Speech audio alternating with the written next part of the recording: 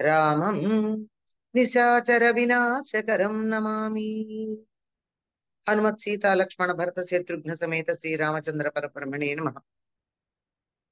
కూజంతం రామ రామేతి మధురం మధురాక్షరం ఆరుహ్య కవితా సఖాం వందే వాల్మీకి కోకిలం. యత్ర యత్ర రఘునాథ కీర్తనం తత్ర తత్ర కృతమస్తకాంజలిం బాష్పవారి పరిపూర్ణలోచనం మారుతిం నమత రాక్షసాంతకం. శ్రీరామచంద్ర ప్రభుకి నమస్కారం చేసుకుంటూ నిన్న మనం మిత్ర ధర్మం గురించి కాదు, సోదర ధర్మం గురించి అంటే భ్రాతృధర్మం గురించి మాట్లాడుకుంటూ మధ్యలో ఆగాం. రామ భరత లక్ష్మణ శత్రుఘ్నులు ఎంతటి ఆదర్శప్రాయమైనటువంటి సోదరులు అనే విషయాన్ని ప్రతిపాదించుకుంటూ దీని మీద ఒక చిన్న చమత్కారమైనటువంటి విశేషం కూడా ఉంది. ఏమి అంటే ఆ సోదరులలో ఆదర్శప్రాయులు ఎవరు అంటే ఆ పాండవుల, అన్నదమ్ముల్లో ఆదర్శప్రాయులు రామ భరత లక్ష్మణ శత్రుఘ్నుల అంటే పాండవులే అని కృష్ణదేవరాయలు చెప్పాడని, కృష్ణదేవరాయలని సాక్షాత్తు కృష్ణుడిగా భావిస్తున్నటువంటి వారు మీరు పాండవ పక్షపాతం చూపించారు అని అన్నారని. ఎందుకు అట్లా చెప్పారు అంటే రా రామలక్ష్మణ భరత శత్రుఘ్నులదే నిజమైనటువంటి ఆదర్శప్రాయమైనటువంటి ఆ సోదర ప్రేమ అని నిరూపించి చెప్పారని ఒక చిన్న ఐతిహ్యం మనకి లోకంలో వినపడుతూ ఉంటుంది.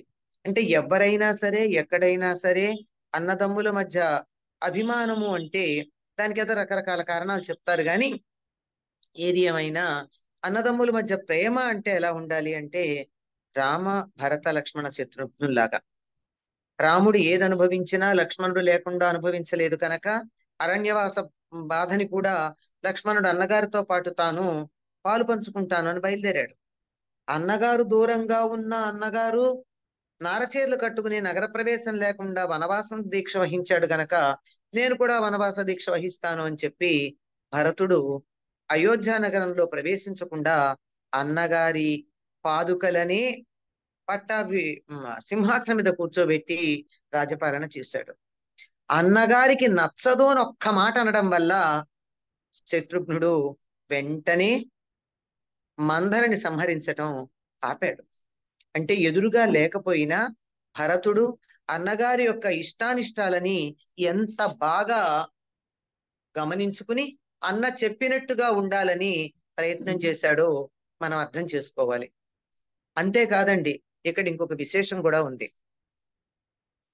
రాముడు రాజ్య పరిపాలనకు వచ్చాక రావణవధానంతరం సీతా పరిత్యాగం అయిపోయిన కొత్తల్లో ప్రజలందరూ ఎలా ఉన్నారు అని అడిగితే అందరూ బాగానే ఉన్నారు గాని లవణాసురుడు చాలా బాధ పెడుతున్నాడు, మధురా నగరాన్ని పరిపాలించేటటువంటి వాడు, వాడిని అదుపులో పెట్టవలసిన అవసరం ఉంది అంటే భరతుడు సరే అని బయలుదేరతాడు. ఎందుకంటే రాముడు లేకుండా లక్ష్మణుడు వెళ్ళడు, భరతుడు వెళ్ళగలడు గాని. అంటే భరతుడికి అన్నగారికి దూరంగా ఉన్న అన్నమాట పాటించగలిగినటువంటి ధైర్యం ఉంది, పాటిస్తాడు. ఎదురుగా ఉండాల్సిన అవసరం కూడా లేదు. నిజానికి భౌతికంగా ఎదురుగా ఉంటేనా ప్రేమాభిమానాలు? దూరంగా ఉన్న ఇష్టానిష్టాలు ప్రేమాభిమానాలు కొనసాగాలి కదా. ఆ విధంగా భరతుడు సిద్ధపడితే, అందుకే భరతుడు ఇలాంటి సోదరుడు లేడంటారు. లక్ష్మణుడు కన్నా కూడా గొప్ప ప్రేమలో భరతుడు.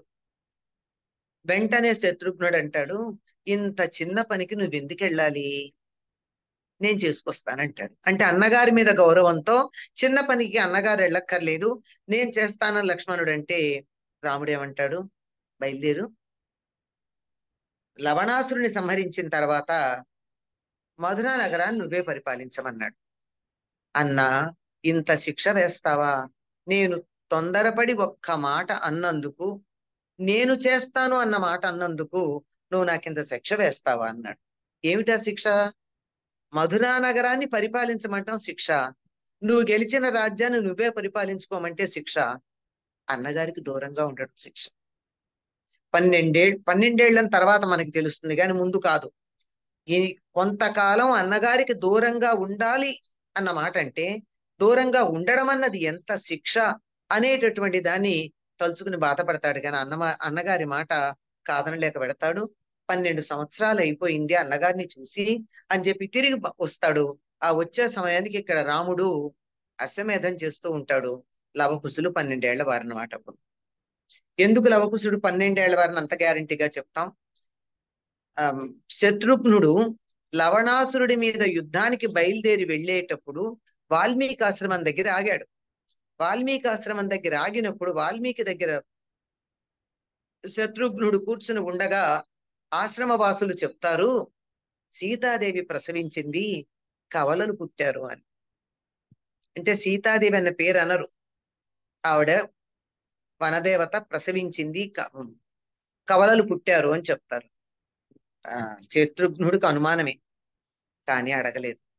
పోనీ వాల్మీకి అయినా చెప్పచ్చు కదా, మీ అన్నగారికి కుమారులు పుట్టారు, మీ వదిన గారు ప్రసవించింది అని.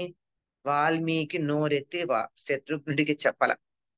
ఎంత సంప్రదాయబద్ధంగా జరిగింది అంటే పద్ధతి, సీతాదేవికి సంతానం కలిగేటటువంటి సమయానికి అత్తింటి నుంచి మరిది అక్కడ వచ్చున్నాడు. ఎక్కడ ప్రణాళికలు ఎంత బాగా జరుగుతాయో భగవంతుడు వేసేటటువంటి ప్రణాళికలు మనం అనుకున్న దానికన్నా. మనం ఎంతండి వేస్తామనుకుంటాం, మన ప్రణాళికలు జరగనే జరగవు. సరే 12 తిరిగి వస్తాడు. ఇది వాళ్ళ మధ్య ఉన్నటువంటి ప్రేమ. ఇటువంటి ప్రేమలో తద్భిన్నంగా ఉన్నటువంటి ప్రేమలు కూడా చూస్తాం మనం అదే రామకథలో. జటాయువు సంపాతి వాళ్ళిద్దరు అన్నదమ్ములు, అనూరుడు కుమారులు. అనూరుడు అంటే సూర్యుడి యొక్క రథానికి సారథి అయినటువంటి వాడు. వినత యొక్క పెద్ద కొడుకు, గరుత్మంతుడికి అన్నగారు. తల్లి తొందరపడి గుడ్డు చిదిమినందుకు తొడలు ఏర్పడకుండా జన్మించినటువంటి వాడు. తొడలు ఏర్పడకపోయినా అంగవైకల్యం అనేమి దూరంగా లేడండి. తనకున్నటువంటి శక్తి సామర్థ్యాలను అనుసరించి కాళ్ళకి బలం లేకపోతే ఆ బలం చేతులకు వస్తుంది గనక రథసారథ్యం వహించి 24 గంటలు 365 రోజులు ఒక్క క్షణం విశ్రాంతి తీసుకోకుండా ప్రయాణం చేసేటటువంటి సూర్యనారాయణుడికి ఈయన రథసారథిగా ఉన్నాడు. ఆయన ప్రయాణం మానలేదంటే ఈయన కూడా ఆగడానికి వీల్లేదు కదా. అంత శక్తితో రథాన్ని నడుపుతాడు. ఆ అనూరుడికి 2 కొడుకులు. పెద్ద కొడుకు పేరు సంపాతి, చిన్న కొడుకు పేరు జటాయువు. వీళ్ళు చాలా బలం కలిగినటువంటి వాళ్ళు. గరుత్మంతుడు బలం, సంపాతి బలం చూశాం కదా. అటువంటి బలం కలిగిన వాళ్ళు. వాళ్ళు ఒకసారి చిన్న పందెం కట్టారట, అన్నదమ్ములిద్దరు. ఎవరు వేగంగా సూర్యుడి దగ్గరికి వెళ్ళి వెనక్కి తిరిగి వస్తారు అని. వాళ్ళ పోటీలు ఎంత చిన్నవో చూడండి. సూర్యుడి దగ్గరికి ఎగరబోతూ ఉంటే కొంత దూరం వెళ్ళిపోయేటప్పటికి ఆ వేడికి రెక్కలు కాలిపోతున్న భావన కలిగింది. వెంటనే సంపాతి తమ్ముడి మీద తన రెక్కలు కప్పేశాడు. అంటే తన రెక్కలు కాలితే పర్వాలేదు, తమ్ముడి రెక్కలు కాలకూడదు. ఎంత ప్రేమో చూడండి. ఉదాహరణకి మనం చూస్తాం, వానలో పెడుతూ ఉంటుంది తల్లి, చినుకులు పడుతుంటే గబగబా కొంగు తీసేది బిడ్డ మీద కప్పుతుంది, తను తడిసినా పర్వాలేదు. అలాగే ఎండగా ఉంటే గబగబా ఏదో ఒకటి బట్ట కప్పడమో గొడుగు వేయడమో ఏదో ఒకటి, లేదా తనే ఇలా తల ఉంచి తన నీడ బిడ్డ మీద పడి బిడ్డకి ఎండ తగలకుండా కాపాడుతుంది. అది వాత్సల్యం. అటువంటి వాత్సల్యం సంపాతికి తమ్ముడి మీద ఉంది. దాంతో ఆయన రెక్కలు కాస్త కాలిపోయినాయి. రెక్కలు కాలిపోతే ఈయన ఒక చోట పడ్డాడు, ఆయన ఒక చోట పడ్డాడు. జటాయువు ఎక్కడ పడ్డాడు? దండకారణ్య ప్రాంతంలో పడ్డాడు. అన్నగారు ఎక్కడ పడ్డాడో ఆయనకి తెలియదు, ఆయన రెక్కలు కాలలేదు. సంపాతి రెక్కలు కాలిపోయి సముద్ర పొడ్డున లంకకి సమీపంలో అక్కడ పడున్నాయి, మహేంద్ర పర్వతానికి సమీపంలో. సరే, అదెందుకు ఉపయోగపడింది అంటే హనుమంతుడు తర్వాత జాంబవంతుడు తోడుగా అంగదుడు నాయకత్వం వహిస్తున్న సీతను అన్వేషించడానికి దక్షిణ దిక్కుకు బయలుదేరినటువంటి వానర సైన్యానికి ఇక సమయం దాటిపోయింది, శరీరం వదిలేద్దాము, సుగ్రీవుడు ఆజ్ఞ దాటడానికి వీల్లేదు అక్కడికి వెళ్ళి చనిపోయే బదులు ఇక్కడే చనిపోతే నయం, అప్పుడు మనం తిరిగి వస్తామని మన కుటుంబ సభ్యులన్నా ఎదురు చూస్తూ ఉంటారు అని ఆలోచన చేస్తూ, అయ్యో ఆ రాముడు ఏమిటి అడవికి రావడం ఏమిటి తండ్రి మాట మీద, ఆయన భార్యని రావణుడు ఎత్తుకుపోవడం ఏమిటి, రావణుడు ఎత్తుకుపోతుంటే ఆగి పట్టించుకుని ఆ సీతను రక్షించటానికి జటాయువు తన ప్రాణాన్ని త్యాగం చేయడం ఏమిటి, సుగ్రీవుడితో మైత్రి ఏమిటి రాముడికి, మా సుగ్రీవుడేమో మనందరినీ ఇక్కడికి పంపించటం ఏమిటి అని చెప్పి వాళ్ళు మాట్లాడుకుంటూ ఉన్ని చనిపోబోతూ చితి పేర్చుకుని సిద్ధమయ్యి అగ్నిలోకి దూకబోతూ ఇలా వాళ్ళ గురించి వాళ్ళు ఆలోచించుకుంటున్నారట. ఈ మాట వినంగానే సంపాతి ఎవడ్రా నా తమ్ముడు చనిపోయాడన్నది అని పిలిచాడు. పిలిస్తే వీళ్ళు ఉనికిపోతున్నారు. అప్పటికే ఆకలి ఎక్కువగా ఉంది, చాలా కాలానికి నాకు ఆహారం దొరికింది, వీళ్ళని దగ్గర పెట్టుకున్నానంటే బోడు రోజులు నేను హాయిగా అన్నం తినచ్చు అని అనుకుంటున్నటువంటి సంపాతి నాకు ఆహారం అయ్యారు అని ముందే అన్నాడు గనక, మీరందరు నాకు ఆహారం అయిపోయారు అని అన్నాడు గనక, అయితే అయ్యిందిలే ఏమో చేద్దాం అని చెప్పి విషయం చెప్తారు. చెప్తప్పుడు ఈ ఇతివృత్తమంతా సంపాతి చెప్పి, మీరెందుకు వచ్చారు, నిజంగా రాముడి భార్య సీతని ఇతని ఎత్తుకు వెళ్ళాడా అని చెప్తూ, తాను రెక్కలు కాలి ఇక్కడ పడిపోయినప్పుడు ఒక మహర్షి ఆయన్ని ఆదరించి, నీకు రెక్కలు కాలిపోతే ఇక్కడే ఉండు, నువ్వు సీతాదేవి యొక్క జాడ కపులకి చెప్తే నీకు రెక్కలు వస్తాయి అని చెప్పాడు.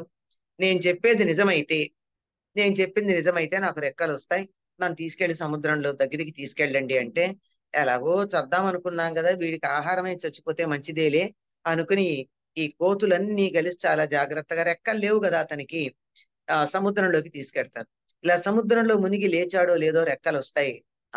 చూసారా, సీత జాడ చెప్తే నాకు రెక్కలు వస్తాయి అన్నారు కనుక సీత లంకలో ఉంది, నా కంటి చూపు చాలా తీక్ష్ణమైంది, నేను చూశాను సీత ఉంది, వెళ్ళి సీత మీరు ఈ జాడ రాముడికి చెప్పండి అంటాడు. ఇది ఒక రకమైన ప్రేమ.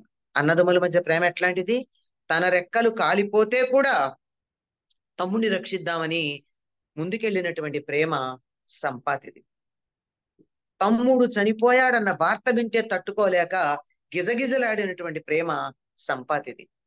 జటాయువుకి అన్నగారు ఎక్కడున్నాడో తెలియక చాలా బాధపడతాడు, అన్నగారి జాడ తెలియక బాధపడతాడు జటాయు. ఇది మరొక భ్రాతృ ప్రేమ. అన్నదమ్ముల మధ్య ప్రేమ ఎట్లా ఉండాలి అని మరొకటి ఉందండి, వాలి సుగ్రీవులు.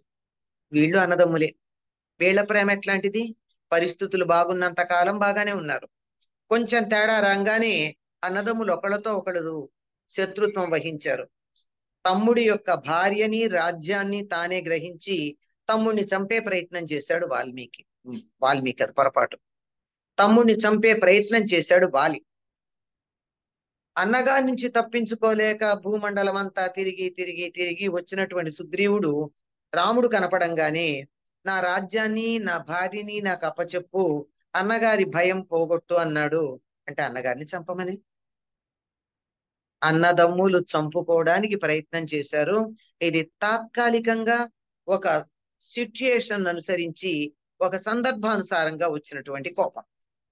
ఎప్పుడైతే వాలి చనిపోయాడో సుగ్రీవుడు అనవసరంగా, నేను ఎంత చెడ్డవాణ్ణి, మా అన్నగారు చనిపోవడానికి కారణమయ్యాను, మా అన్నగారు నన్ను బాధించమనే చెప్పాడు తప్ప నన్ను చంపాలని అనుకోలేదు, నేనే చెడ్డవాణ్ణై మా అన్నగారిని చంపానని చెప్పి బలబలా ఏడుస్తాడు. ఇది మరొక రక అన్నదమ్ములు. ఇంకోళ్ళు ఉన్నారండి, రావణుడు, కుంభకర్ణుడు, విభీషణుడు. వాళ్ళు ఎట్లాంటి వాళ్ళు అంటే, ఒక తమ్ముడేమో అన్నగారికి మంచి చెప్పి అన్నగారు చంపేస్తూ ఉంటే శత్రువు శరణుజొచ్చినవాడు విభీషణుడు. ఇంకొక తమ్ముడు అన్నగారికి చెప్పి అన్నగారి మాట విని, క్షమించాలి, అన్నగారికి చెప్పి అన్నగారు మాట వినకపోతే ఇంకా గతి లేక అన్న మాట విని ప్రాణాలు వదులుకున్నాడు. ఆ కుంభకర్ణుడు కూడా మామూలుగా చెప్పాడా అండి? విభీషణుడు చెప్పిన తీరు వేరు, కుంభకర్ణుడు చెప్పిన తీరు వేరు. విభీషణుడు, ఇది మంచి కాదు, రాముడి భార్యను రాముడికి అప్పచెప్పు, ఎప్పుడైతే నువ్వు సీతను తీసుకొచ్చావో అప్పటి నుంచి నగరంలో అనేకములైనటువంటి దుశ్శకునాలు కనపడుతున్నాయి, ఈ దుశ్శకునాల వల్ల రాజుకి మొత్తం రాజ్యానికి కూడా హాని కలుగుతుంది. అందువల్ల మన రాజ్యానికి హాని కలిగించే సీతని తీసుకెళ్లి రాముడికి అప్పచెప్పు. రాముడు చాలా గొప్ప పరాక్రమవంతుడని కూడా తెలిసింది. అతన్ని గెలవడం కూడా చాలా కష్టం. ఎందుకు వచ్చింది? మనమందరం క్షేమంగా ఉండాలి అంటే తప్పు చెయ్యని రాముణ్ణి నువ్వు ఎదిరించటం కన్నా నీ తప్పుని సరిదిద్దుకుని రాముడి భార్యని రాముడికి అప్పచెప్పు అని చెప్తాడు మంచితనంతో విభీషణుడు. కుంభకర్ణుడు ఏం చెప్తాడు? నువ్వు మమ్మల్ని అడిగి తెచ్చావా సీతాదేవిని అన్నాడు. ఎంత లాజికల్ గా అడిగాడండి.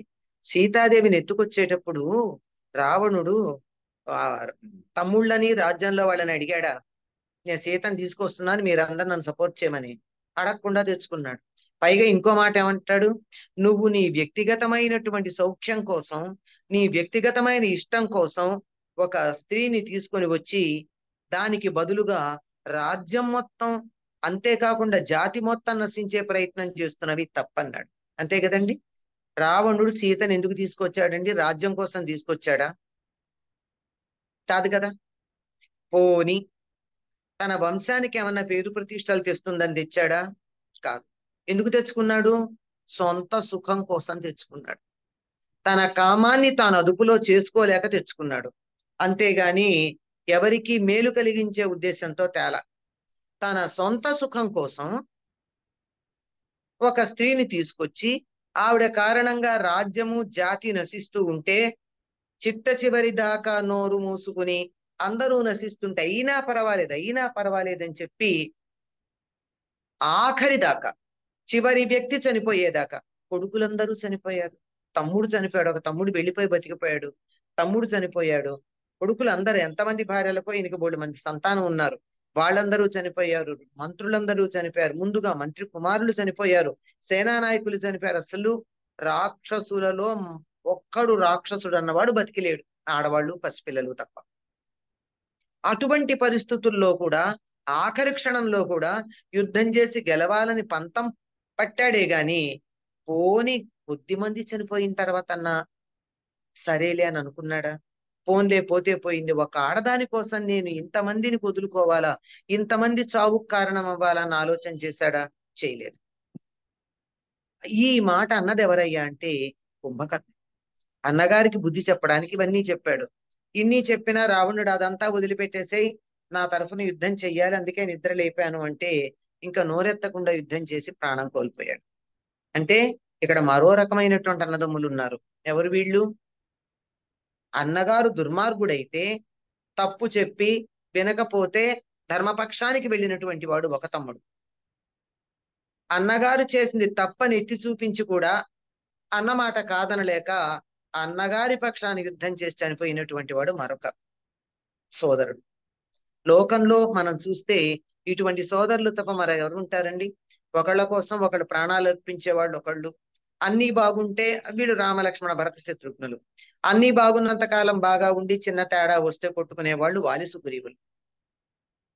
ఏమున్నా లేకపోయినా తప్పు చేస్తే తప్పు చేసిన అన్నగారిని సరిదిద్దే ప్రయత్నం చేసి వదిలి వెళ్ళినటువంటి వాడు, లేదా చెప్పి కూడా మాట వినకపోతే తాను కూడా యుద్ధం చేసి ప్రాణాలు కోల్పోయిన వాడు మరొక రకం అయిన అన్నదమ్ములు. తమ్ముడిని రక్షించటం కోసం తన ప్రాణాన్ని ఒడ్డినటువంటి వాడు మరొక జంట, సంపాతి జటాయు. ఇలా ఎన్ని రకాలైనటువంటి సోదరులు మనకు కనపడతారో రామాయణంలో. ఇంతకన్నా సోదర బంధంలో ప్రత్యేకంగా విభిన్నంగా ఉండేవి మనకు కనపడతాయా? ఉన్నవాళ్ళు ఇంతే, ఇంతకన్నా వేరే రకం ఉండదు. అయితే గుడ్డిగా నమ్మడం, లేదా దెబ్బలాడడం, బాగున్నంత కాలం కలిసి ఉండడం, తేడా వస్తే విడిపోవడం, అన్నదమ్ముల కోసం ప్రాణాలు అర్పించేంత ప్రేమ కలిగి ఉండడం, ఇంతకన్నా వేరే రకం లేదు. అంటే మానవ ధర్మం, సోదర ధర్మం, దీన్ని భ్రాతృధర్మం అంటారు. ఎంత ఎన్ని రకాలుగా ఉండడానికి వీలుందో అన్ని రకాలుగాను మనకి రామాయణంలో కనపడుతూ ఉంటుంది. మనం అనుకున్నామో లేదో ఇప్పుడు చెప్పుకుందాం. రాముడు సోదరుల పట్ల ఎంత చక్కని సద్బుద్ధి కలిగినటువంటి వాడంటే, ప్రేమ కలిగిన వాడంటే, తన యొక్క కుమారులు ఇద్దరు, భరతుడికి ఇద్దరు, లక్ష్మణుడికి ఇద్దరు, శత్రుఘ్నుడికి ఇద్దరు, మొత్తం 8 మంది పిల్లలు. ఈ 8 మంది పిల్లలకు రాజ్యాన్ని సమానంగా పంచిచ్చాడు. నేను రాజుని కనుక నా కొడుకులకే ఉండాలని అనుకోలేదు. తన తమ్ముళ్ళని కూడా తనతో సమానంగా భావించాడు గనక తన తమ్ముళ్ళకు కూడా తన రాజ్యాన్ని పంచి ఇచ్చినటువంటి వాడు, అంతటి సోదర ప్రేమ కలవాడు, అటువంటి వాడు రాముడు. కనుక భ్రాతృధర్మంలో కూడా రాముడు మనకు ఆదర్శంగా ఉన్నాడు. ఇప్పుడు మనం మిత్రధర్మం భిన్నం, భ్రాతృధర్మం పుత్రధర్మం భిన్నం. పుత్రధర్మం అయిన తర్వాత మనకి శిష్యధర్మం భిన్నం, ఆ తర్వాత భ్రాతృధర్మం భిన్నం. అటు పిమ్మట ఉన్నటువంటి ధర్మం ఏదయ్యా అంటే భ్రాతృధర్మం తర్వాత మనకి తర్వాత వచ్చేదెవరండి? ముందు తల్లిదండ్రులు, ఆ పైన గురువు, అన్నదమ్ములు. వీళ్ళు కాక మనతో కలిసి ఉండేవాళ్ళు మిత్రుడు. మిత్రధర్మం ఎట్లా ఉంది రామకథలో? రామకథలో మిత్రధర్మానికి ఇచ్చినటువంటి ప్రాధాన్యం మరెక్కడ మనకు కనపడదు. చాలా గొప్ప. ఎన్ని రకాల స్నేహితులు ఉంటారో చూస్తే మనకు ఆశ్చర్యం కలుగుతుంది. మొట్టమొదట మనం గమనించినట్టయితే ఈ మైత్రి ఎక్కడ కనపడుతుంది? దశరథుడికి సంతానం లేకపోతే ఋష్యశృంగుని పంపమని తన మిత్రుడికి వార్త పంపిస్తే ఆయన కూతుర్ని, అల్లుణ్ణి పంపిస్తాడు. వాల్మీకి రామాయణంలో లేదు గాని ఇతర రామాయణాల్లో ఉన్నది ఏమిటి అంటే శాంతాదేవి దశరథుడి కుమార్తె. దశరథుడికి కుమార్తె అంటే ముగ్గురు రాణులకి అయ్యి ఉండదు. వివరం చెప్పల. దశరథుడికి 3360 మంది భార్యలు ఉన్నారు, ఈ ముగ్గురు రాణులు కాక. వీళ్ళల్లో ఎవరికో ఒక కుమార్తె జన్మించి ఉండొచ్చు, లేదా మరి ఈ ముగ్గురు రాణుల్లోనే మరి మగపిల్లలు ఉన్నారేమో, మగపిల్లలు కాక ఆడపిల్లలు ఉన్నారేమో తెలియదు, వివరాలు లేవు. మొత్తానికి దశరథుడు తన స్నేహితుడికి బిడ్డలు లేకపోతే తన కూతుర్ని దత్తత ఇచ్చాడు. ఆ కూతుర్ని పంపించమంటే అల్లుడితో సహా యజ్ఞం చేయడానికి ఆయన పంపించాడు రోమపాదుడు. ఇది మైత్రి అంటే. కావాలంటే బిడ్డలనన్నా ఇవ్వగలిగినంతటి ప్రేమాభిమానాలు స్నేహితుల మధ్య ఉండడానికి రామాయణం మనకు ఆదర్శంగా కనపడుతుంది. రాముడికి పట్టాభిషేకం చేయడానికి సిద్ధపడితే మరి రాత్రంతా జాగరణ చెయ్యాలి, ఉపవాసం చెయ్యాలి, రేపొద్దున పట్టాభిషేకం అంటే. ఆ సమయంలో రాముడికి నిద్ర రాకుండా తోడున్న వాళ్ళు ఎవరంటే మిత్రులట. మిత్రులందరూ రాత్రి తోడుండి అతను నిద్రపోకుండా అతడికి చక్కగా కాలక్షేపం చేశారు. వాల్మీకి రామాయణంలో స్పష్టంగా ఉంది మాట. చాలా సేపు ఉండి వాళ్ళు వెళ్ళారు అని చెప్తాడు. అంటే మిత్రుడికి ఏదన్నా మేలు కలుగుతుందంటే అందరూ ఎంత చక్కగా దగ్గరగా ఉండి వారికి మిత్రుడికి సహాయ సహకారాలు అందించాలో ఇక్కడ మనకి స్పష్టంగా తెలుస్తున్నాయి.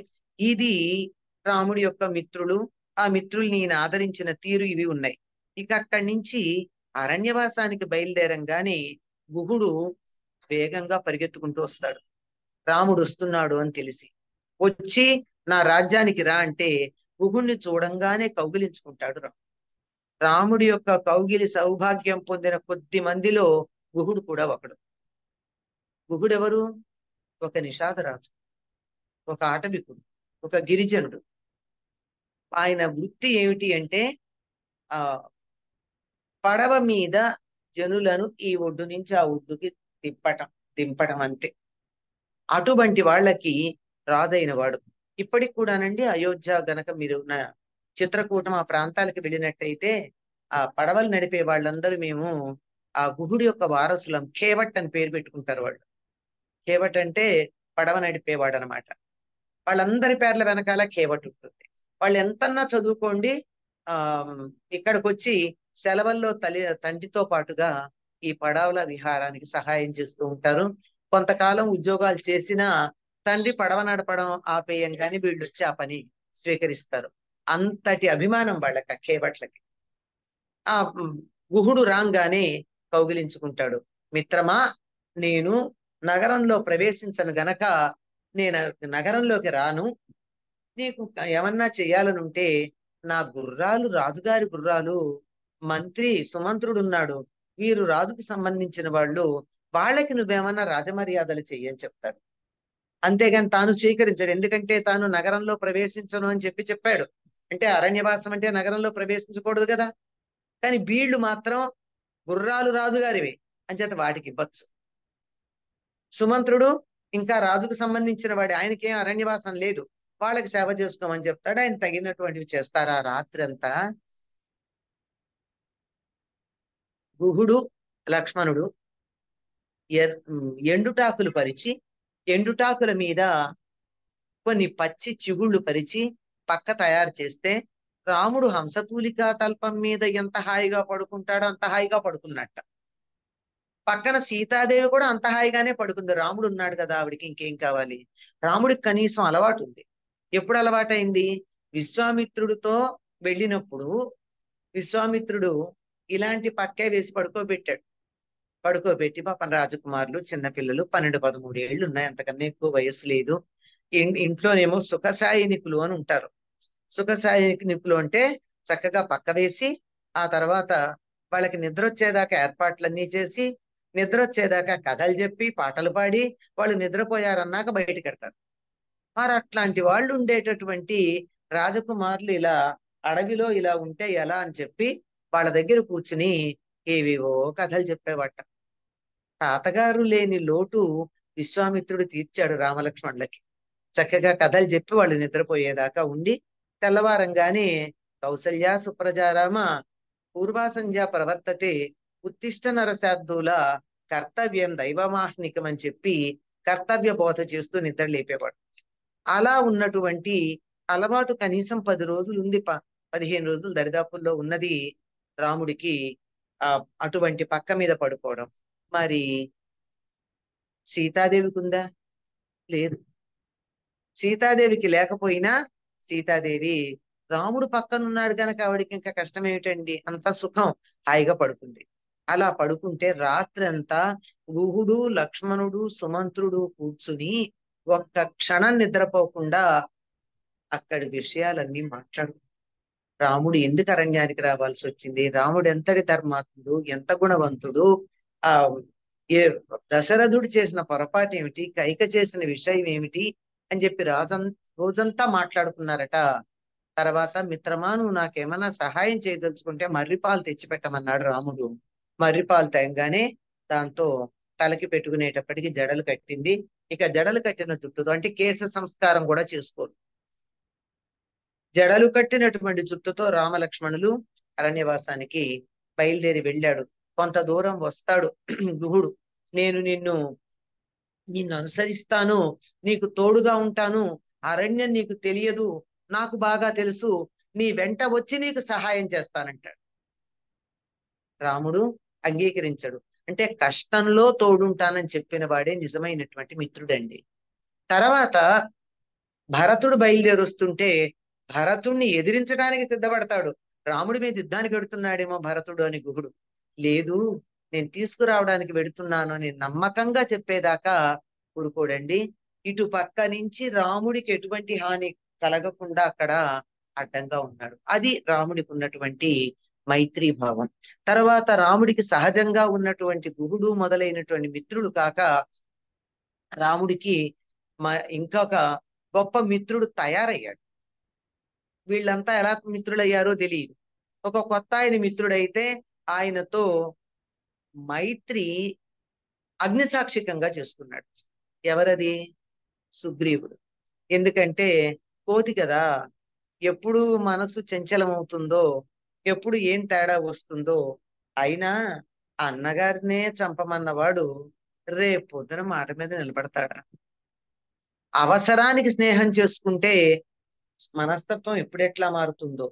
సహజంగా అయిన స్నేహం, ఏది ఆశించకుండా అయిన స్నేహం ఒక రకంగా ఉంటే, ఒకదాన్ని ఆశించి చేసుకున్నటువంటి స్నేహం విషయంలో కొంచెం జాగ్రత్త పాటించాలి గనక మైత్రి అగ్నిసాక్షికంగా చేసుకున్నాడు. ముందు తనకి తన మిత్రుడు చేస్తానన్న సహాయానికన్నా ముందు తాను మిత్రుడికి సహాయం చేసి తన లక్షణం చూపించుకున్నాడు. ఆ తర్వాత బాధ్యత సుగ్రీవుడు. ఆ తర్వాత తమ్ముడుగా భావించాడా మిత్రుడుగా భావించాడా, తనని ఆశ్రయిస్తే వచ్చినటువంటి శరణాగతుడుగా భావించాడో తెలియదు గాని విభీషణుడిని ఆదరించాడు. ఇది మైత్రి ఎలా ఉంటుంది అన్నది. మైత్రి ఎలా ఉండదో కూడా ఉంది రామాయణంలో. ఎవరితో ఓడిపోతే వాళ్ళతో మైత్రి చేసుకున్న మహానుభావుడు రావణుడు. రాముడు స్నేహం చేసుకోవడానికి ఎవరి దగ్గర ఓడిపోవటాలు లాంటివి లేవు, హాయిగా చేసుకున్నాడు. కానీ రావణుడో అహంకారం, ఎవరన్నా తనకన్నా గొప్పవాళ్ళు ఉంటే వాళ్ళతో స్నేహం చేసుకున్నాడు. మొదట నా అంతటి పరాక్రమవంతుడు లేడు, నేను ఈ వీరుణ్ణి, అటు ఇటు నాతో యుద్ధం చేసే వాళ్ళు ఎవరో అందరి దగ్గరికి వెళ్తే అందరూ మేము నీతో యుద్ధం చేయలేము అని ఎవరికి వాళ్ళు తప్పించి ఓడిపోయామని ఒప్పుకున్నట్టు ఎందుకు వచ్చిందని. అయితే చివరికి ఎవ్వరు నాతో చేయలేరా, నాతో యుద్ధం చేసేవాళ్లే లేరా అంటే వాలి అని ఒకడు ఉన్నాడండి, వీలైతే అతనితో యుద్ధం చేయమని పంపించాం. వీడు వెళ్ళాడు యుద్ధం చేయడానికి. ఉదయ సమయంలో వెళ్ళాడు. వెళ్ళేటప్పటికి వాలి సంధ్యావందనం చేయడానికి మొదలు పెట్టాట. వీడెవడో రాగానే ఇలా చంకలో పెట్టుకుని వీడిని ఇలా పట్టుకుని 4 సముద్రాల్లో తిరిగి దిగి 4 సముద్రాల్లో అర్ఘ్యమిచ్చి సూర్యుడికి దింపి, ఏమిటి కథ, ఏమిటి 10 తలగల పురుగు, ఏమిటి వచ్చావు నువ్వు అన్నట్ట. వాడితో యుద్ధం చేసి గెలుస్తాడా? భయం వేసింది వాలికి. వాలికి కాదు, భయం వేసింది రావణుడికి. భయం వేసి, ఏం లేదు, నువ్వు పరాక్రమవంతుడు అని తెలిసి నీతో స్నేహం చేసుకోవడానికి వచ్చాను అన్నాడు. యుద్ధానికి బయలుదేరిన వాడు ఏం స్నేహం చేసుకున్నాడు? ఇద్దరు కలిసి ఒప్పందం చేసుకున్నారు. పాపం వాలి ఒక రకంగా అమాయకుడు, రావణుడు క్రికెట్ తెలివితేటలు, మామూలు తెలివితేటలు కాదు. ఏం చెప్పి స్నేహం చేసుకుంటున్నాడు? నీకు నా సైన్యాన్ని ఇక్కడ ఉంచుతా, నీకు సహాయంగా ఉంటారు, మన ఇద్దరం స్నేహం చేసుకుందాం అన్నాడు. అసలు ఏ వాలి దగ్గర ఓడిపోయిన వాడు వాలికి సహాయం చేస్తానని సైన్యాన్ని పెట్టడం ఏమిటండి? ఆ పిచ్చి వాళ్ళు ఒప్పుకున్నాడు. 14,000 మందిని పెట్టాడు అక్కడ. ఈ 14,000 మందికి 3 నాయకులు ఉన్నారు, కరుడు, దూషణుడు, త్రిశూరుడు. వీళ్ళ మీద పెత్తనం చేయడానికి ఓ అధికారి ఉంది, గవర్నర్ శూర్పణఖ. పెట్టాడు. పెట్టి ఏమిటి ఇక్కడ వీళ్ళని పెట్టడం వల్ల ఇంతమంది ఆహారం వాలి భరించాలి. వీళ్ళ ఆహారం ఏమిటి? జంతువుల కన్నా కూడా మునులు ఆహారం వెళ్ళింది. మునుల మాంసం రుచిగా ఉంటుంది, ఎందుకంటే వాళ్ళు సాత్విక ఆహారం తింటారుగా. మీరు గమనించండి, మాంసాహారం తినేవాళ్ళు కూడా మాంసాహార జంతువుల్ని తినరు, శాకాహార జంతువుల మాంసమే తింటారు. మాంసాహార జంతువుల మాంసం బాగుండదట, అందుకని తినరు. అందులో సాత్వికాహారం తింటే మరీ బాగుంటుంది. అందులో పళ్ళు లాంటివి తిని శరీరం పోషించుకున్న వాళ్ళ మాంసం ఇంకా బాగుంటుందిట. అందుకని మునుల మాంసం చాలా ఇష్టం రాక్షసులకి. యథేచ్ఛగా మునులను తినచ్చు, జంతువుల్ని తినచ్చు, వాళ్ళు ఇష్టం వచ్చినట్టు ఉండొచ్చు. ఈ సైన్యం ఇక్కడ ఉంటే ఉత్తర దేశానికి వెళ్ళి వింధ్య దాటి వెళ్ళి తన సైన్యం జాగ్రత్తగా అక్కడ ఉత్తర దేశాన్ని గెలవచ్చు. అందుకని ల్యాండింగ్ ప్లేస్ లాగా దండకారణ్యాన్ని వాడదలుచుకున్నాడు వాలి. వాలి కాదు, రావణుడు పిచ్చి వాలి ఒప్పుకున్నాడు. ఈ సంగతి దీంట్లో ఉన్నటువంటి మతలబ్ మనకి ఎప్పుడు అర్థమైందంటే, భారతదేశానికి స్వాతంత్రం వచ్చిన సందర్భంలో భారతదేశం 2 ముక్కలైంది, 3 కాదు. హిందుస్థాన్, పాకిస్తాన్. పాకిస్తాన్ ఎక్కడుంది? తూర్పున కొంతుంది, పశ్చిమాన కొంతుంది. ఇక్కడి నుంచి ఇక్కడికి వెళ్ళాలి అంటే విమానాలకి ఫ్యూయలింగ్ స్పాట్ గా ఢిల్లీ పెట్టుకుంటామన్నారు. అప్పుడు ఈ ఇష్యూ చెప్పారు. ఏం జరుగుతుంది? వాలి దగ్గర రావణుడు సైన్యాన్ని పెట్టినట్టు అవుతుంది. ఫ్యూయలింగ్ స్పాట్ ఢిల్లీ గనక పెట్టినట్టయితే తూర్పు పాకిస్తాన్ కి పశ్చిమ పాకిస్తాన్ కి ఎంత వాళ్ళకి స్టాండింగ్ వస్తుంది. మనం విడిపోతున్న దాంట్లోనే రాసుకుంటే మా రైట్ అంటారు. రైట్ లేని చోటే, అధికారం హక్కు లేని చోటే మీద పడే వాళ్ళు అధికారం ఉంది అని వ్రాతపూర్వకంగా ఉంటే ఊరుకుంటారా? ఇది అప్పుడు రేస్ చేసినటువంటి పాయింట్ అండి. ప్రస్తుతం ఇట్ ఈజ్ ఇన్వాలిడ్, కానీ రాజనీతి తెలియాలంటే అవసరం. ఎందుకంటే అప్పుడు 2 పాకిస్తాన్ ఇటు అటు లేదుగా, భారతదేశం 3 ముక్కలైందిగా, 2 కాదు. హిందుస్థాన్, పాకిస్తాన్, బంగ్లాదేశ్ 3 అయింది. అంచేత సమస్య లేదు. అంటే రామాయణం చదువుకుంటే రాజనీతి ఎంత బాగా అర్థమవుతుందో చూడండి. ఇక్కడ మైత్రి అన్న వంక పెట్టి, ఇది కూడా ఫ్రెండ్లీగా చేసేవే ఈ పనులన్నీ, స్నేహం అనే వంక పెట్టి ఇలా అవతల వాళ్ళ నెత్తిన కూర్చునేటటువంటి ప్రయత్నం చేసినటువంటి వాడు రావణుడు. ఇంతే కాదు, కార్తవీర్యుడి దగ్గర ఓడిపోయి కూడా ఆయన బంధించాడు ఓడిపోయాక. బంధిస్తే తాతగారు వచ్చి వీడిని విడిపించాక మన ఇద్దరం ఫ్రెండ్స్ ఫ్రెండ్స్ అని. అది ఎవరితో స్నేహం చేసుకున్నాడు రావణుడు? ఎవరి దగ్గర తాను ఓడిపోతే వాళ్ళతో చేసుకున్నాడు. అది జాగ్రత్తగా గమనించుకోవాలి. కూటములు, స్నేహాలు, కలయికలు, విడిపోవడాలు, వీటి వెనకాల వ్యవహారం ఎంత ఉంటుందో రావణుడి కథ తెలిస్తే మనకు అర్థమైపోతుంది. ఇది కాస్త అర్థమైతే ఎంత జాగ్రత్తగా ఉంటారండి నాయకులు. ఇదిగో రామాయణం చదువుకోక ఇబ్బంది పడిపోతూ ఉంటారన్నమాట. ఇది మైత్రి విషయంలో ఉన్నది. ఇంకా మంచి మైత్రి ఎక్కడ కనపడుతుందంటే, దశరథుడికి రోమపాదుడితో పాటుగా ఇంకా ఇద్దరు మిత్రులు ఉన్నారు. ఒక ఆయన జటాయువు, ఒక ఆయన వాల్మీకి. ఇంకెంతమంది ఉన్నారో తెలియదు కానీ, జటాయువు రాముడు అరణ్యవాసానికి వచ్చినప్పుడు చూసి, ఎవరు అంటే దశరథుడి కుమారుణ్ణి అని చెప్పగానే, నేను మీ తండ్రిలాగా నిన్ను నేను కాపాడతాను, తండ్రి దగ్గర లేడని అనుకోనక్కర్లేదు అని చెప్తాడు. నిజంగా అలాగే కాపాడి సీతాదేవిని రక్షించటంలో ప్రాణాలు కోల్పోయాడు కదా. ఒక తండ్రి ఎలా కాపాడతాడో అట్లా కాపాడాడు. ఒక మిత్ర ధర్మం అట్లా ఉంది, శరీరాన్ని వదిలిపెట్టి మరీ కాపాడాడు. ఆయన గొప్ప మిత్రుడు.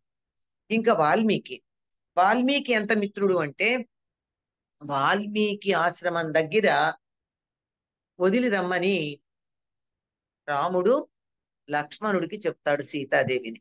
వాల్మీకి ఆశ్రమం దగ్గర ఎందుకు వదలమంటాడు? వాల్మీకి దశరథుడు మిత్రులు గనక, దశరథుడు ఎంత బాగా చూసుకున్నాడో సీతాదేవిని వాల్మీకి కూడా అట్లా చూసుకుంటాడు. అరణ్యవాసానికి బయలుదేరేటప్పుడు రాముడు నారచీరలు కట్టుకుంటే దశరథుడు ఏం అనలేడు, ఎందుకంటే మాట ఇచ్చాడు కనుక నోరు మూసుకుంటాడు. కైక బట్టలు గిరాటేస్తుంది సీతను కట్టుకోమని. సీతకి బట్టలు నారచీరలు కట్టుకోవడం రాదు. రాముడు వెళ్ళి కట్టుకున్న బట్టల మీద నారచీరలు ఎట్లా కట్టుకోవాలో కట్టుకుని చూపిస్తాడు. చూపించేటప్పటికి దశరథుడి కోపం వచ్చి, ఓ కులపాంసని పాతకి అంటూ ఆవిడ్ని సంబోధించి, నువ్వు మాట అడిగింది ఎవరిని? రాముణ్ణి అరణ్యవాసానికి అడిగావు, మాట తీయలేక ఒప్పుకున్నా. సీతను అడగలేదు కదా. సీతాదేవి జనకుడి కుమార్తె, లోకంలో ఉన్నటువంటి అతి సుకుమారమైన భోగాలు అనుభవించటానికి తగిన అధికారం కలిగింది. సున్నితమైన భోగాలు అనుభవించాలి గాని ఇలాంటి నారచీరలు కట్టుకుంటుందా మోటగా? నా కోడలు అరణ్యవాసంలో ఉన్న 14 సంవత్సరాలు పట్టుచీరలు కట్టుకుని నగలు పెట్టుకోవాల్సిందే అని 14 సంవత్సరాలకు సరిపోయినటువంటి నగలని వాటిని ఇచ్చి పంపించాడు. అంత ముద్దుగా దశరథుడు సీతాదేవిని చూసుకుంటాడు గనక, దశరథుడి మిత్రుడైనటువంటి వాల్మీకి కూడా అంత చక్కగా చూసుకుంటాడని వాల్మీకి ఆశ్రమానికి పంపించాడు. ఎప్పుడన్నా దశరథుడికి కాస్త రాజ వ్యవహారాలలో అలసట కలిగితే వాల్మీకి ఆశ్రమానికి వెళ్ళి కాస్త విశ్రాంతి తీసుకుంటాడు. మనం కూడా అంటే కాస్త ఫ్రెండ్స్ తో మాట్లాడితే బాగుంటుందని. అంతటి స్నేహం అన్నమాట. స్నేహ ధర్మం అంటే ఎట్లా ఉండాలంటే, a friend in need is a friend in deed. కబుర్లు చెప్పడం కాదు, క్రియలో కనపడాలి మైత్రి అన్నది, సహాయం చేయడంలో ఉండాలి. ఇది మనకి వాల్మీకిని చూసినా తెలుస్తుంది, జటాయువును చూసినా తెలుస్తుంది. ఈ జటాయువు దశరథుడు ఎప్పుడు స్నేహం కలిసింది అంటే, కౌసల్యాదేవిని దీంట్లో పెట్టి ఆ ఒక పెట్టెలో పెట్టి రావణుడు సముద్రంలో పారేశాడు. కౌసల్య పుట్టిన కొడుకు తన్ని చంపుతాడని. విధివశాత్తు ఒక ప్రమాదంలో దశరథుడు కూడా అదే సముద్రంలో పడతాడు. ఆ ఇద్దరిని ఉద్ధరించి రెక్కల మీద ఎత్తుకుని తీసుకొచ్చి అయోధ్యలో నిలబెట్టినటువంటి వాడు జటాయువు అని మనకి వేరే పురాణాల్లో కనపడుతుంది. అది మైత్రి. స్నేహితుడంటే అట్లా ప్రాణ ప్రదాత కావాలి, ప్రాణం ఇచ్చైనా తన వాళ్ళని రక్షించేటటువంటి వాడు అయినప్పుడు మాత్రమే నిజమైనటువంటి మిత్రుడవుతాడు. ఇటువంటి మైత్రి ఎలా ఉండకూడదు అన్నది, స్నేహం అన్నది ఎలా ఇబ్బంది కలిగించేది, ఇబ్బంది పడినప్పుడు స్నేహం చేసుకోవడం ఎట్లా ఉంది, ఆప్యాయంగా సహజంగా అలా ఏ ప్రమేయం లేకుండా స్నేహం అనేది ఎలా ఉంటుంది అన్నది మనకి రామాయణం చూస్తే అర్థమవుతుందండి. స్నేహాలు ఎన్ని రకాలు, ఎన్ని రకాలైనటువంటి స్నేహాలు మనకి దీంట్లో కనపడుతూ ఉన్నాయి అన్నది. ఇంకా మిగిలినటువంటివి రాజధర్మం, శత్రుధర్మం, దాంపత్య ధర్మం. దాంపత్య ధర్మం గురించి చెప్పాలంటే చాలా పెద్ద విశేషమే ఉంటుంది కనుక శత్రుధర్మం గురించి ఒకటి రెండు మాటలు చెప్పుకున్నా, చిన్నది కనుక. రిపూణామపి వత్సలహ అంటారు రాముని గురించి. శత్రువుల మీద కూడా వాత్సల్యం కలిగిన వాడు. ఎక్కడ కనపడుతుంది ఈ వాత్సల్యం అంటే, తాటకని వధించమని విశ్వామిత్రుడు చెప్తే తాటక మీద ఏమాత్రం బలప్రయోగం చెయ్యాలి అని ఆలోచించాడండి రాముడు. ఎందుకు ఆలోచించాడంటే, మరీ బాధ పెట్టి చంపాలా, కొద్ది బాధతో చంపచ్చు కదా. ఇప్పుడు మనం చంపేవాళ్ళు కూడా ఎలా చంపుతున్నారండి, ఎంత కిరాతకంగా. ఒక్క బుల్లెట్ తో పోయేదానికి గొడ్డళ్ళ పెట్టి నరికి, కొడవళ్లతో నరికి, పేగులు తీసి బయటపడేసి హింసించి చంపుతున్నారే, ఇది కిరాతకమైనటువంటి చంపడం. కానీ చంపడంలో కూడా ఎంత ఆలోచించి చంపాలి, ఎంత ప్రేమతో చంపాలి అన్న దానికి రాముడు కనపడతాడు. ఆ తాటకని చంపడానికి ఎంత బలం ఉపయోగించాలని ఆలోచించాడు. అయిన తర్వాత మారీచుణ్ణి, చిన్నపిల్లవాడు కదా అని పెద్ద బాణం వేయలేదుట, మానవాస్త్రం వేసి దూరంగా వెళ్లి పడేట్టు కొట్టాడు. అంటే వాళ్ళకి అతరే బాగుపడతాడు, ఇవాళ ఏదో వాళ్ళ అమ్మ వెనకాలండి ఇలాంటి చెడ్డ పనులు చేస్తున్నాడు గాని వీడు పెద్దవాడయ్యాక మంచి చెడు తెలుసుకుంటాడేమో, ప్రాణం తీయడం దేనికి, ఒక అవకాశం ఇచ్చి చూద్దాం అని చెప్పి మారీచుడి మీద మానవాస్త్రం వేసి కొంచెం దూరం పడేట్టు చేశాడే గాని చంపలేదు. అది అది శత్రు ధర్మం ఎలా ఉంది, చంపేటప్పుడు కూడా చేసేటటువంటి ధర్మం అన్నది. అంతేకాకుండా విరాధుడు చనిపోయిన తర్వాత విరాధుణ్ణి, కబంధుణ్ణి వాళ్ళకి సంస్కారాలు కూడా చేస్తాడు. వాళ్ళు శత్రువులే కదా, చచ్చిపోయిన తర్వాత వాళ్ళకి సంస్కారం చేయాల్సిన పని ఏమిటి, వాళ్ళు ఉత్తమ గతులకు వెళ్ళాలి అంటే వాళ్ళకి సంస్కారాలు చేసి పంపిస్తాడు. శత్రువుల పట్ల ఉన్నటువంటి ప్రేమాభిమానాలు అట్లాంటివి రాముడికి. అంతేకాదు సాక్షాత్తు అసలు శత్రువు ఉన్నాడే ఒకడు, ఎవరు, రావణాసురుడు. వాడితో యుద్ధం చేసేటప్పుడు కూడా ఒక రోజు అంటాడు, అలిసిపోయినట్టున్నావు, నీ రథం కూడా, రథ సారథి లేడు, గుర్రాలు దెబ్బతిన్నాయి, ఇవాళకి వెళ్ళి విశ్రాంతి తీసుకుని రేపురా అని చెప్పి పంపిస్తాడు. అది బలహీనంగా ఉన్నాడు కదా, నా క్షణాన బాణం వేస్తే ఏమైపోయేది, క్షణంలో గెలవచ్చు. కానీ క్షణంలో గెలవడం కాదు, గెలవడం వెనకాల ధర్మం ఉండాలి, ఆ ధర్మం ఉండకూడదు. కనుక శత్రువైనా సరే శత్రువుతో యుద్ధం చేసేటప్పుడు పాటించవలసినటువంటి ధర్మాన్ని పాటించి ఒక శత్రువుగా కూడా మేలు కలిగించేటటువంటి ప్రయత్నమే చేశాడు తప్ప వాళ్ళని చంపలేదండి. అంటే శత్రుత్వం తప్పదు. మనిషి అయి పుట్టిన తర్వాత ఎవరితోనో ఎప్పుడో ఒకప్పుడు కోపం వస్తుంది, శత్రుత్వం వస్తుంది. మనం పెట్టుకోకపోయినా వాళ్ళు పెట్టుకుంటారు మన మీద శత్రుత్వం, మనకి వాళ్ళ మీద కోపం లేకపోయినా వాళ్ళు మన మీద కోపం పెట్టుకుంటారు. అంత మాత్రాన వాళ్ళని నిర్దాక్షిణ్యంగా హింసించటం కాదు, వాళ్ళు ఉద్ధరించబడేటట్టు చూడాలి. విరాధుడు, కబంధుడు ఉత్తమ లోకాలకు వెళ్ళాడు, రాముడు వాళ్ళకి సంస్కారాలు, అగ్ని సంస్కారం, వాడిని పూడ్చిపెడతారు, వీడినేమో అగ్ని సంస్కారం చేస్తారు. అందువల్ల వాళ్ళు ఉత్తమ లోకాలకు వెళ్ళారు. కనుక ఆ విధంగా ఉండాలే తప్ప శత్రుత్వం అంటే కసిగా చేయడం ఉండదు, కసి ఉండకూడదు. మామూలుగానే శత్రుత్వం ఉంది, పోగొట్టే ప్రయత్నం చేయాలి. ఇంత మాత్రం మనకి రాముడిని చూస్తే ఈ ధర్మాలు తెలుస్తున్నాయి. మిగిలినటువంటి రాజధర్మం, దాంపత్య ధర్మం ఇత్యాదులన్నీ మనం రేపటి నుంచి క్రమంగా చెప్పుకుందాం. ఇవాటికి మంగళం కోసలేంద్రాయ మహనీయ గుణాత్మని చక్రవర్తి తనూజాయ సార్వభౌమాయ మంగళం. స్వస్తి. జయమంగళమ్మ. శుభమస్తు అమ్మ. శుభమస్తు. నమస్తే. నమస్తే అమ్మా. అమ్మా, థ్యాంక్ యూ.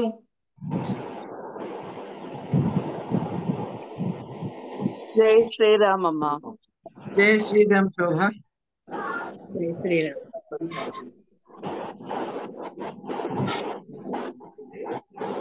ఉంటానమ్మా నేను.